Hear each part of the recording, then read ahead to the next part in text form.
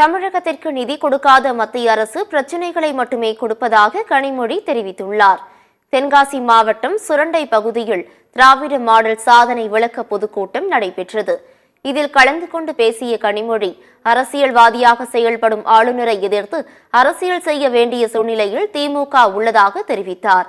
தமிழகத்திற்கு நிதி கொடுக்காத மத்திய அரசு பிரச்சினைகளை மட்டுமே கொடுப்பதாக குற்றம் சாட்டினார்.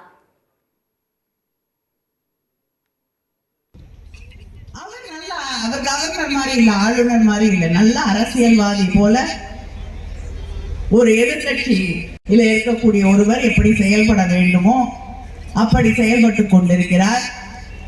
தமிழ்நாட்டை நடத்துவதற்கு, மக்களுடைய திட்டங்களை செயல்படுத்துவதற்கு நமக்கு நியாயமாக வந்து சேர வேண்டிய தொகை அதை வழங்காமல்